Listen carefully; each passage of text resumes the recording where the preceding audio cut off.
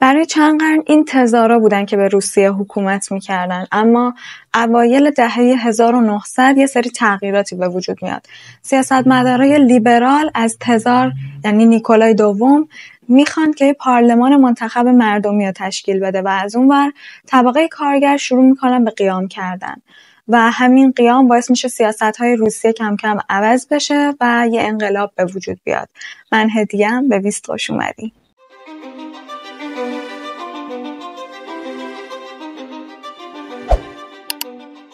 سال 1904 روسیه توی یکی از بحرانی ترین دوره‌های تاریخی خودش بود. جنگ با ژاپن هم روسیه رو از نظر نظامی تحقیر کرده بود و هم اوضاع اقتصادیش رو به هم ریخته بود. قیمت مواد غذایی خیلی زیاد بود، دستمزدها خیلی پایین بودن و شرایط کار برای کارگرها یه چیزی مثل شکنجه بود و توی این شرایط کارگرای کارخونه پوتیلوف تصمیم گرفتن که دیگه نباید سکوت کنه. کارخونه پوتیلوف که یکی از بزرگترین کارخونه‌های اسلحه سازی اون زمان توی سن پترزبورگ بود، یه چیز حدود 1000 تا کارگر توش مشغول کار بودن، اما حقوق انسانی این کارگرها به هیچ عنوان رعایت نمی‌شد.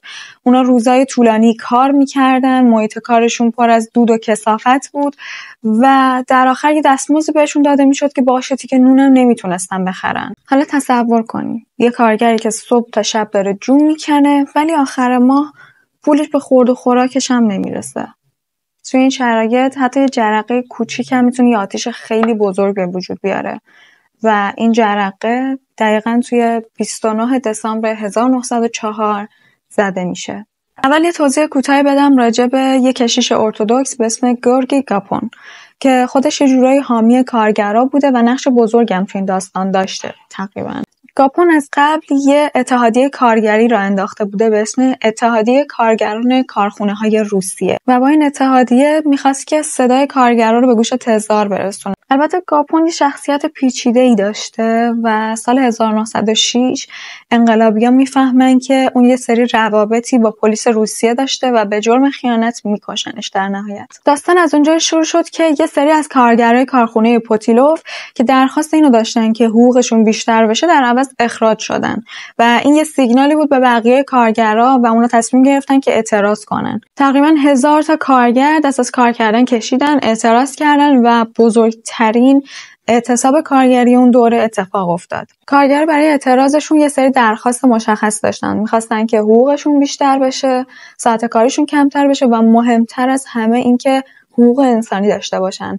و چند روز بعد از این اتفاق کلی کارگر توی کلی کارخونه دیگه توی سن پترزبورگ شروع کردن به اعتصاب و اعتراض کردن. یه چیزی که این اعتصابا رو خیلی مهم کرده بود این بود که فقط راجع به کارگرا نبود و یه اعتراض بود به سیستم غیر قابل تحمل تزار. حالا این جرقه‌ای که زده شده بود چند هفته بعد تبدیل شد به آتش خیلی بزرگتر، یعنی یک شنبه خونین. یکی از مهمترین کارهایی که گاپون کرد این بود که یه راهپیمایی مسالمت‌آمیز رو ترتیب داد که مردم از طریق اون بتونن خواسته هاشون رو به گوش تزار برسونن. حالا اون خواسته ها چی بودن؟ همون چیزایی که کارگرا می‌خواستن، دستمزد بیشتر، ساعت کاری کمتر و حقوق انسانی. و حالا که این داستان بزرگتر شده بود یه سری چیزای سیاسی هم به داستان اضافه شده بود، مثلا حق آزادی بیان و تشکیل مجلس. اما نکته‌ای که وجود داشت این بود که مردم و گاپون فکر می‌کردن که تزار پدر مردمه و اگه بفهمی که چی دارن میکشن حتما یه کاری براشون میکنه. صبح روز 9 ژانویه 1905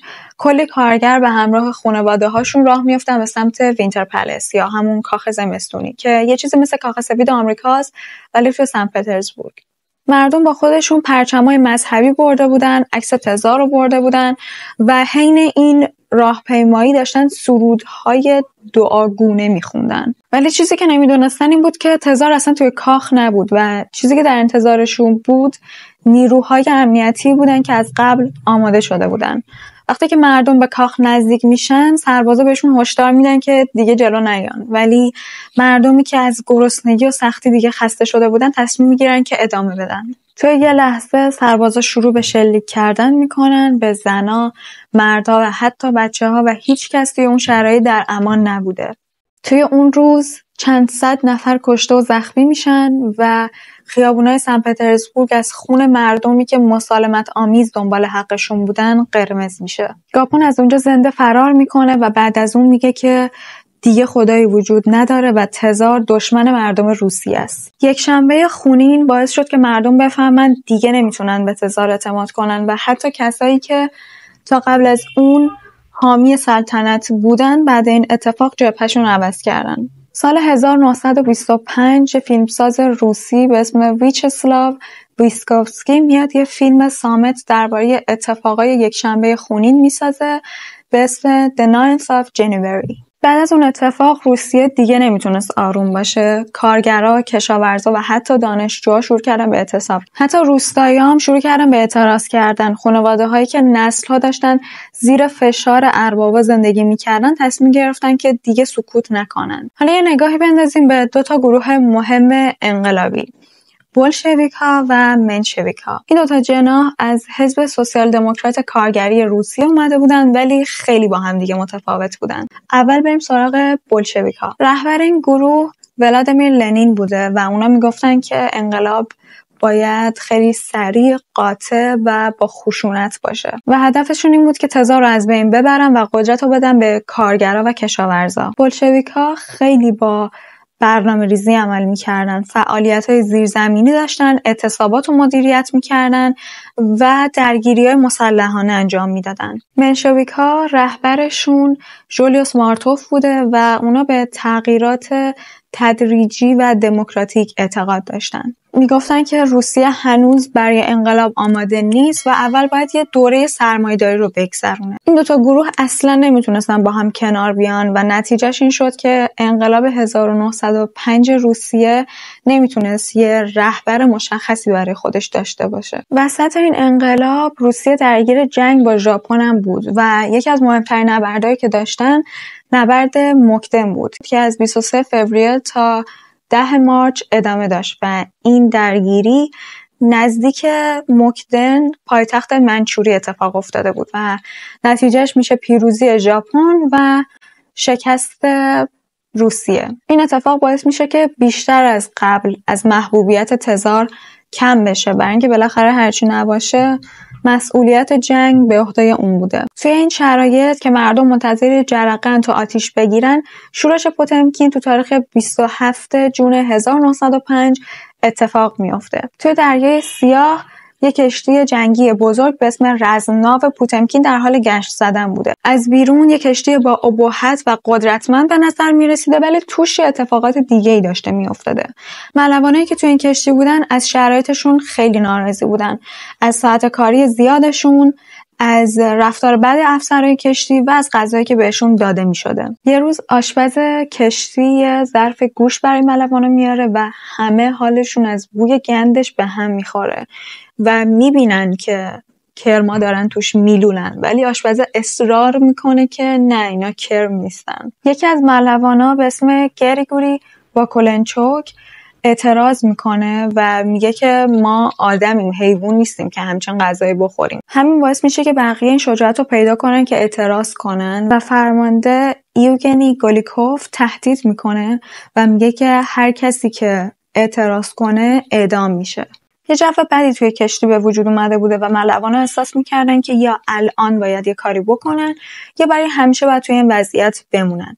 وقتی که گولیکوف دستور اعدام یه سری از ملوانا رو میده، یهو اوضاع به هم میریزه، ملوانا شورش میکنن، اسلحه های افسرها رو ازشون میگیرن و خیلی زود کنترل کشتی میفته دستشون و یه سری افسرها بعدش دستگیر میشن، یه سری دیگه هم کشته میشن توسط ملوانا و حالا دیگه کشتی دست مردم بوده نه دست حکومت. بعد از اون ملوانا پوتمکین رو میبرن به اودسا و اونجا کلی کشتی شورشی دیگه و کارگرای اعتصابی بهشون اضافه میشن. سال 1925 فیلم از این شورش ساخته میشه به اسم رزمناو پوتمکین به کارگردانی سرگئی آیزنشتاین. توی این فیلم یه سکانس معروفی وجود داره به اسم پله های اودسا که مربوط به زمانیه که پوتمکین به اودسا میرسه و مردم میرن به سمت بندر تا این کشتی رو ببینن. ولی حکومت تزار که طاقت این کارو رو نداشته سربازا رو میفرسته به بندر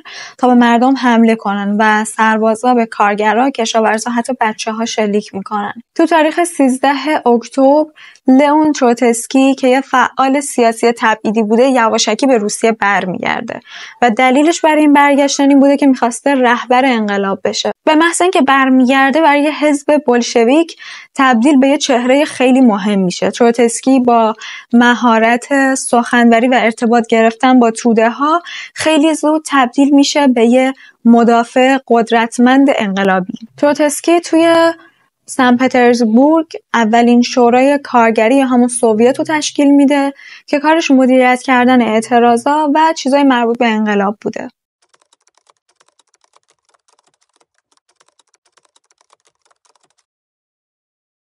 یه سیاستمدار بانفوذ به اسم سرگئی ویته میره به جبهه مخالف سلطنت و سعی میکنه تزار رو راضی کنه که مانیفست اکتبر رو امضا کنه. این مانیفست تو تاریخ 17 اکتبر امضا میشه و توش سری حق و حقوق و آزادی‌های مدنی به مردم روسیه داده میشه، مثل حق آزادی بیان، آزادی تجمع مسالمت آمیز، آزادی تشکل و تشکیل مجلس قانونگذاری یا همون دوما برای اینکه حرف مردم شنیده و اجرایی بشه. این مانیفست میتونست خیلی چیزا رو تغییر بده، ولی از اونجایی که مردم دیگه به تزار اعتماد نداشتن واسه دادن این وعده ها دیگه خیلی دیر بود و حتی با این شرایط تزار به وعده هایی که داده بودم عمل نکرد. بعد تمام اون وعده هایی که تزار داد و بهشون عمل نکرد، مردم از زور عصبانیت و خستگی دیگه نمیتونستن آروم بشینن و یه قیام شروع شد از همین مردمی که دیگه هیچی واسه از دست دادن نداشتن.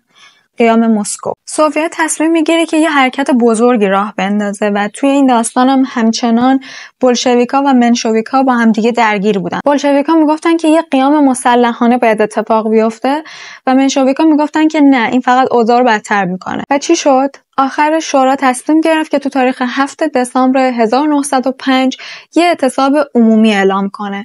و خب قطعا این اعتصاب قرار نبود یه اعتصاب معمولی باشه و خیلی زود تبدیل به جنگ شد. کارگرها واگن‌های تراموا رو کشیده بودن وسط خیابون و ازشون به عنوان سنگر استفاده می‌کردن. تفنگ و مهمات زیادی نداشتن، ولی با همون چیزای کمی که داشتن واسه جنگیدن آماده شده بودن. توی سرمای وحشتناک مسکو شعار میدادن و مقاومت می‌کردن. ارتش اول سعی کرد انقلابی‌ها رو با تهدید و شلیک هوایی بترسونه، ولی وقتی دید که نتیجه نمیگیره توپخونه‌هاشو آورد وسط خیابون و شروع کرد به از بین بردن ساختمونا و سنگرها.